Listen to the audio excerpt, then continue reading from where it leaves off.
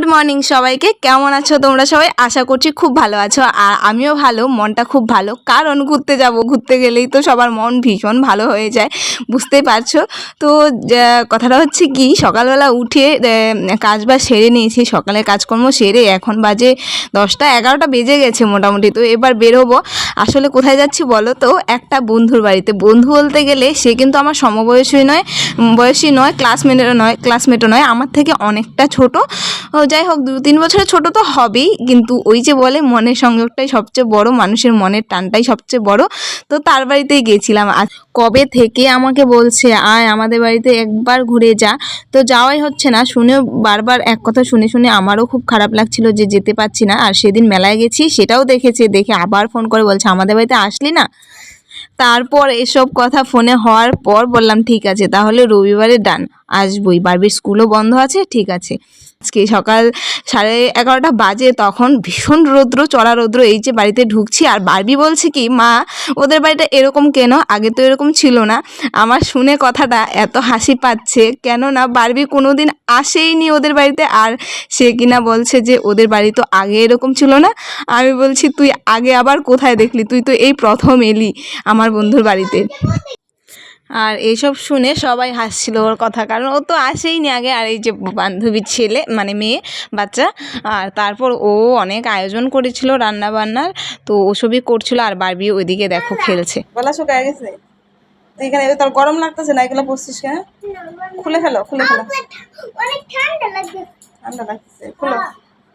মাছ আসছে একেবারে, খোপা করছে বারবি, দেখি আমার ক্লিপ, আমার জামা সব।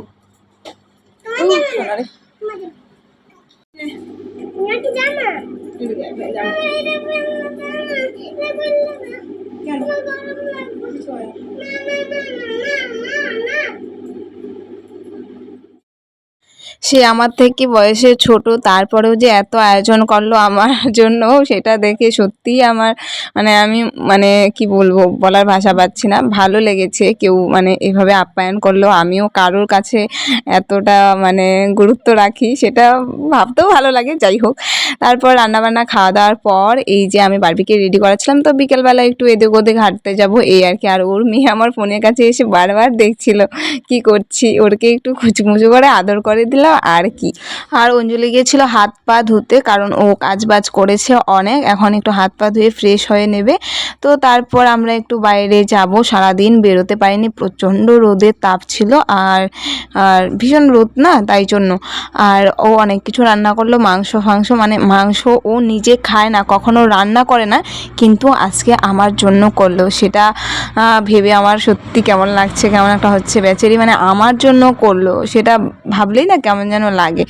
কোনো আত্মীয় নয়, কোনো কিছু নয়, কিন্তু ওই যে মনের ভালোবাসা, এটাই হচ্ছে তার ভালোবাসা আমার প্রতি, সেটা আমি বুঝতে পারি ওর আচরণেই।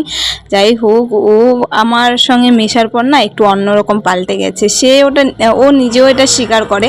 তো তাই থেকে আমাকে অনেকটা ভালোবাসে। যাই হোক, আমিও এলাম অনেক দিন বাদে, বারবির জন্মের পর আসিনি, বারবির জন্মের আগে একবার এসেছিলাম। তো আমার বিয়ের পরেই তারও বিয়ে হয়ে গেছিলো, সে আরও অনেক কথা। আর এইদিকে বারবিকে আমি একটু রেডি করেই দিচ্ছি। এতক্ষণ তো আমার জামা কাপড় পরে কত খেলাধুলা করলো ওর মেয়ের সঙ্গে, বান্ধবীর মেয়ের সঙ্গে, দুজনে মিলে বারবির পিছে পিছে সারাক্ষণ খেলছে। বারবি তো একটু বড়, তো বড় দিদিদের পিছে বোনগুলো একটু দৌড়াদৌড়ি সবসময় করেই থাকে। তো ও বুনু বুনু করে ভীষণ মরছিল, খেলছিল দুজনে। আর এখন একটু মাথা ফাতা একটু আছড়ে দিচ্ছি, ড্রেসটা ঠিকঠাক করে পরিয়ে দিয়ে একটু বাইরে বেরোবো, রাস্তায়, এইদিকে আশেপাশটা গ্রামীণ এলাকা, গ্রামেই তো আশেপাশে গাছপালা, পশু পাখি আছে, বেশ একটা হাওয়া বাতাস দিয়ে, বাইরের যে হাওয়াটা, ওটা কিন্তু ভীষণ ঠান্ডা, ভীষণ আরামদায়ক। তো বাইরে যাব, তাই জন্য ঘরের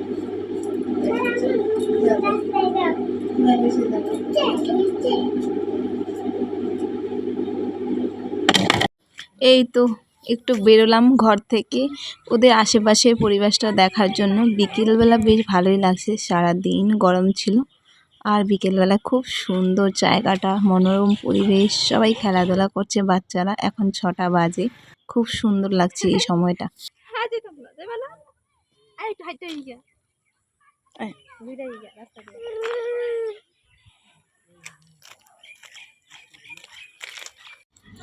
তারপর বিকেলবেলা একটু হাঁটাহাঁটি করে দেখো বেশ সুন্দর কিন্তু জায়গাটা, মানে গাছপালা প্রচুর, আর গাছপালা প্রচুর থাকলে আমার বেশ মানে মনটা আলাদাই ভালো হয়ে যায়।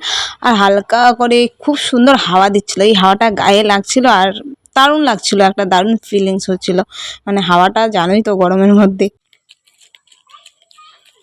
এই সে চাইছিল যে তার সাথে একটা দিন কাটাই, তো কাটানো হলো। এবার সন্ধ্যায় চাটা খেয়ে আমরা বেরিয়েও গিয়েছিলাম, তো চলো। তো চা খাওয়া, আড্ডা দেওয়া, গল্প করা, এসব করতে করতে রাত 8টায় বেরিয়েছিলাম। আমাদেরকে নন্দীগেট পর্যন্ত বারবি এর এই যে মেসো মানে অঞ্জলির বর এগিয়ে দিয়েছিল, তারপর বারবির পাপা এসেছিল আমাদেরকে এগিয়ে নিয়ে যেতে।